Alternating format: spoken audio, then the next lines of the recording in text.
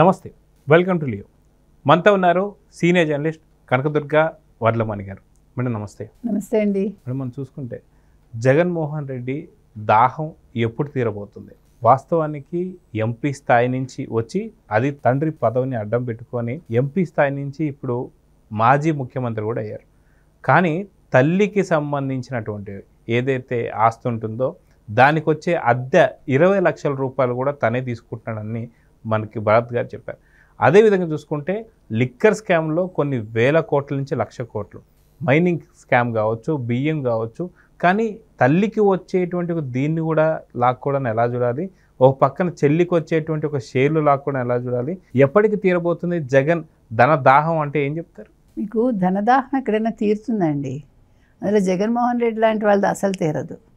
మీకు ఏడుకుండల కథ తెలుసు కదా, అట్లా ఏడో కుండ ఎప్పటికీ నిండదు, జగన్మోహన్ రెడ్డి ధనదాహం ఎప్పటికీ తీరదు. కాబట్టి మీరు అసలు ఆయన ప్రస్థానం చూసుకున్నారంటే జగన్మోహన్ రెడ్డిది తండ్రిని అడ్డు పెట్టుకుని ఏ రకంగా వచ్చాడు. అసలు జగన్మోహన్ రెడ్డిని వైఎస్ రాజశేఖర రెడ్డి గారు ఎంత దూరం పెట్టారు అంటే ఇతని బుద్ధి చిన్నప్పుడే తెలిసిందనమాట. అంటే ఏదో చెప్తారు చూడండి, పుట్టగానే తెలుస్తుంది పరిమళం అన్నట్టుగా. ఈయన పుట్టగానే ఈయన ఎలాంటి వాడు, ఈయన క్రూయల్టీ ఏంటో మరి రాజశేఖర రెడ్డి గారు తెలిసిందేమో. పువ్వు పుట్టగానే పరిమళిస్తుంది అంటారు. ఇక్కడ జగన్మోహన్ రెడ్డి పుట్టగానే క్రూరత్వం చూపించాడమ్మా. మరి అంటే మనిషికి తెలిసిపోతుందండి ఆ స్వార్థం మనకి. ఇప్పుడు మీకు 2 పిల్లలు ఉన్నప్పుడు మీ ట్రీట్మెంటు మీ సిబ్లింగ్ తోటి ఎలా ఉన్నారు అన్నదాన్ని బట్టి మిమ్మల్ని అంచనా వేయచ్చు. సో చెల్లెల్ని అప్పటి నుంచి ఈయన ఒక రకంగా చూశాడా అంటే తక్కువగా చూశాడా, అది రాజశేఖర రెడ్డి గారు గమనించి కొడుకులో ఉండే ఆ మెంటాలిటీ ఏదైతే ఉందో ఆ స్వార్థపూరిత మనస్తత్వాన్ని ఆయన అప్పుడే అంచనా వేసి అతను ఎదిగే కొద్దీ అతను దూరం పెట్టారా. ఇంకో విషయం ఏంటంటే ముఖ్యమంత్రి అయ్యాక కూడా ఆయన కొడుకుని దూరంగానే ఉంచాడు ఆయన. అందుకే కదా జగన్మోహన్ రెడ్డి ఏమంటారు, నేను ఎప్పుడైనా సెక్రటేరియట్కి వచ్చానా, నేను ఏమైనా సంతకాలు పెట్టానా, సంతకాలు తీసుకున్నానా, నాకు ఏమైనా ప్రాజెక్టుల గురించి తెలుసా అని మాట్లాడతాడు. అంటే ఇక్కడ కూడా మీకు జగన్మోహన్ రెడ్డి అతి తెలివి అర్థమవుతుంది మీకు. అంటే తన ఉనికి లేకుండా అతను తన పనులు చేయించుకున్నాడు. అంటే మనిషి బై హుక్ ఆర్ కుక్ పనులు చేయించుకుంటాడు. అంటే ముఖ్యంగా కొడుకులకు ఎలా ఉంటుందంటే తల్లి ద్వారా తాము అనుకున్నవి సాధిస్తారు. సో విజయమ్మ కొడుకు ప్రేమలో పడి ఆవిడ రాయబారం నడిపిందేమో ఎవరు రాజశేఖర రెడ్డి గారికి. అందుకనే తనకు కావాల్సినవన్నీ అతను చేయించుకోగలిగాడు. తండ్రి కోపం ఉన్నా కూడా ఏం చేస్తాడు, సర్లే ఏదో ఏడుస్తాడు అనుకుని ఇస్తూ ఉండొచ్చు. అది అలసైపోయింది అతనికి.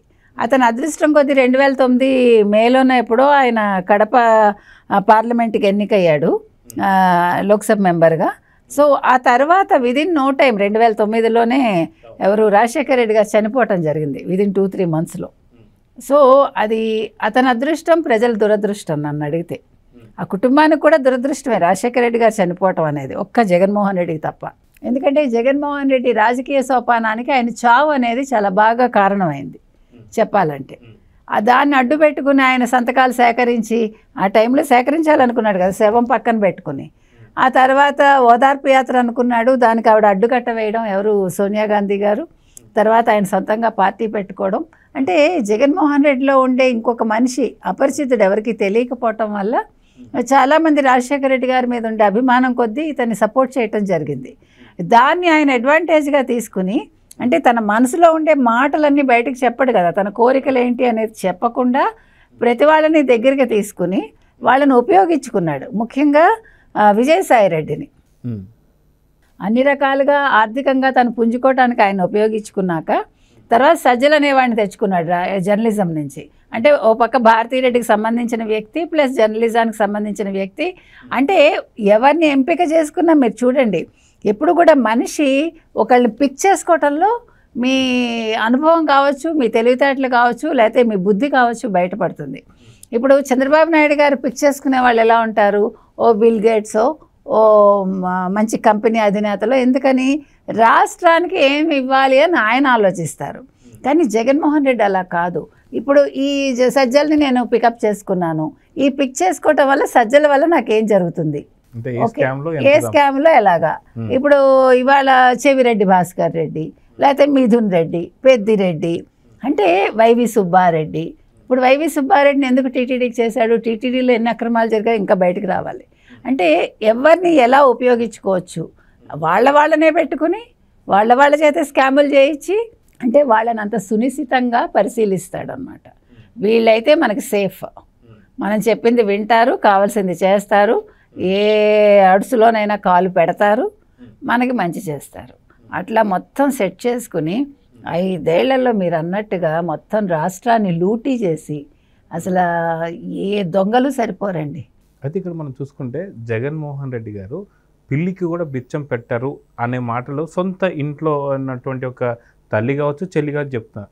ఎందుకు అంటే ఎప్పుడైతే 2019-24 దాకా ఏదైతే తాడేపల్లికి సంబంధించినటువంటి ఆ యొక్క ఇంటికి సంబంధించినటువంటి ఒక ఫెన్సింగ్ కావచ్చు, ఎగ్ పఫ్లు కావచ్చు, మటన్లు చికెన్లకు సంబంధించి కావచ్చు, ప్రతిదీ కూడా రాష్ట్రంలో ఉన్నటువంటి ప్రజల మీద పడే తిన్నారని చెప్పేసి అంటారు. అదే కాకుండా లండన్కి వెళ్ళాలంటే సపరేట్ ఫ్లైట్లు, స్పెషల్ జెట్లు, ఒక ఫ్లైట్ ముందెళ్తే ఇంకో ఫ్లైట్ వెనక్కి రావడం, ఇవన్నీ చూసాం. కానీ ఎప్పుడైతే 2024లో కూటమి ప్రభుత్వం ఏర్పడిన తర్వాత అందరితో పాటు కలిసి వెళ్ళడాన్ని ఎలా చూడాలి, ఇప్పుడు తల్లికి సంబంధించి 20 లక్షల అద్దెను కూడా లాక్కోవడాన్ని ఎలా చూడాలంటారు? స్వార్థానికి పరాకాష్ట ఏదైనా ఉంది అంటే, స్వార్థానికి ఒక పేరు చెప్పాలి అంటే అది ఖచ్చితంగా జగన్మోహన్ రెడ్డి. అంటే జగన్మోహన్ రెడ్డి మూర్తి భవించిన ఒక స్వార్థం అన్నమాట. ఒక ఆశ పోతంటాం చూడండి మనం, అట్లాంటి వ్యక్తి జగన్మోహన్ రెడ్డి. అతని ఆశ, అతని దాహం ఇప్పుడప్పుడే తీరదు. మీరు అన్నారు కదా ఈ దాహం ఎలా తీరుతుందని, ఈ డబ్బు దాహం తీరేది కాదండి ఆయనకి. చూసారా, ఇప్పుడు 43,500 కోట్లు క్విడ్ ప్రోకో ద్వారా వచ్చినప్పుడే అతనికి అంత ఆశ లేకపోతే 5 ఏళ్ళు అద్భుతంగా పరిపాలన చేసి ఉండేవాడు. కానీ దొరికినట్టు బొక్కేసి, అంటే అసలు పందికొక్కులు కూడా ఆయన ముందు సరిపోవు. అంటే అంత తిని కూడా ఆయన కొద్దిగా కూడా లాభ అవ్వలేదు. అది ఆశ్చర్యం ఏంటంటే, అంత తినేసి ఓ పక్క మైనింగ్, ఓ పక్క మట్టి, ఓ పక్క ఇసుక, అదే మద్యం కుంభకోణం ఇంక చెప్పక్కర్లేదు, పీక్స్కి వెళ్ళిపోయింది అది. ఇన్ని చేసి ఎక్కడికక్కడ ఇప్పుడు మీరు అన్నారు వైఎస్ రాజశేఖర రెడ్డి ఇల్లు ఏదైతే ఉందో జూబ్లీ హిల్స్లో, దాన్ని అద్దెకి ఇచ్చారు. అది యాక్చువల్గా ఆ డబ్బు ఎవరికి వెళ్ళాలి? తల్లికి వెళ్ళాలి. విజయమ్మ గారికి 20 లక్షలు నెలకి రెంటట. ఆ 20 లక్షలు ఈయనే తీసేసుకుంటున్నాడు. అంటే 2009 నుంచి మీరు ఊహించండి. ఆ తర్వాత మీకు ఇంకా తెలీదు, హైదరాబాద్లో ఒక ప్లేస్ ఉంది, నేను చెప్పను ఆ ప్లేస్ ఎందుకు, కానీ అక్కడ మొత్తం ఒక పెద్ద గేటెడ్ కమ్యూనిటీ కట్టారు. అందులో సగం పైగా విజయమ్మ గారి పేరు మీద ఉంటాయట. ఈవెన్ ఎలక్ట్రిసిటీ బిల్లు కూడా ఆవిడ పేరుతోటే వస్తుంది. అంటే ఆ కట్టినవాడు కూడా వీళ్ళకి సంబంధించిన వాడే. అదంతా కూడా ఇప్పుడు ఆ డబ్బంతా ఎవరికి వెళ్తుంది అది కూడా ఒకసారి ఎంక్వైరీ చేయాలి. అది సిటీకి నడిబొడ్డునే ఉంది అది కూడా. కాబట్టి నేను అనేది ఏంటంటే, ఇది మనకి తెలిసి ఇంకా తెలియనివి ఎన్ని ఉన్నాయో, ఇంకా దీంతో అయిపోలా, ఇంకా చాలా ఉన్నాయి. అంటే ఒక తల్లి దగ్గర నుంచి, చెల్లి దగ్గర నుంచి, సొంత మేనల్లుడు మేనకోడల దగ్గర నుంచి, లేదా పదవులకు వచ్చేసరికి బాబాయ్ పదవి గురించి బాబాయ్ హత్య అని చెప్పి అంటున్నారు. అదే ఒక తల్లికి సంబంధించినటువంటి ఒక వైఎస్ఆర్సీపీకి సంబంధించిన ఆ పదవి కూడా లాగేసుకున్నాడు. అంటే మొత్తానికి తల్లి చెల్లి దగ్గర కూడా స్వార్థాన్ని చూపించేవాడిని ఏమన్నది? అదేంటండి, ఇందాకే చెప్పుకున్నాం మనం, స్వార్థానికి ఒక నిలువెత్తు రూపం ఆయన.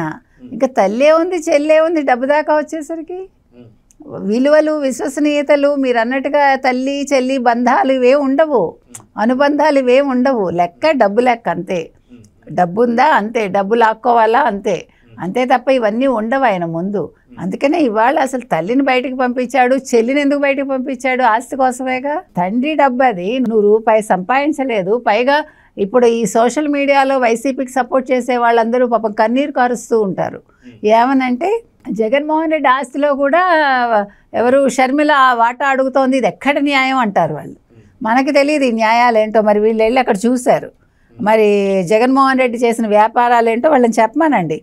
ఏ కంపెనీలు పెట్టి ఎంత లాభం వచ్చింది మొత్తం బ్యాలెన్స్ షీట్ తీయమనండి.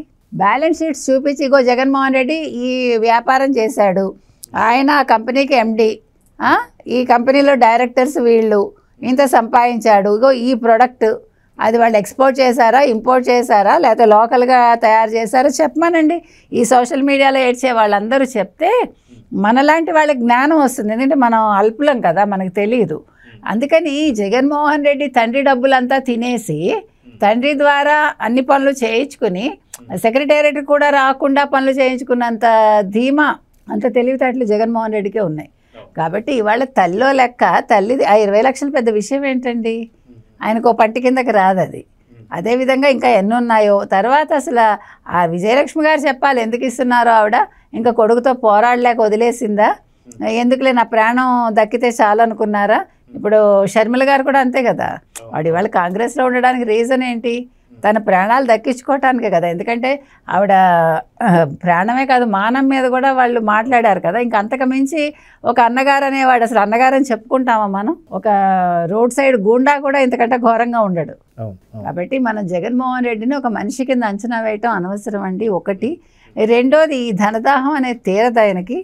మీరు మొత్తం లిక్కర్ కేసులో మొత్తం ఇప్పుడు తవి తోడేశారు అంతాను.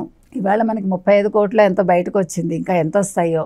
కాబట్టి ఇవన్నీ కూడా మాకు సంబంధం లేదని సాక్షిలో రాసుకున్నా ఆ సంబంధాలు ఏంటో సిట్ వాళ్ళ దగ్గర ఉన్నాయి. తర్వాత ఈయన సంబంధం ఏంటో తేల్చి ఈయన జైల్లో పడేసి ఒక 15 ఏళ్ళు మీరు జైల్లో పడేయండి అబ్బా, ఇంకంతకంటే అవసరం లేదు.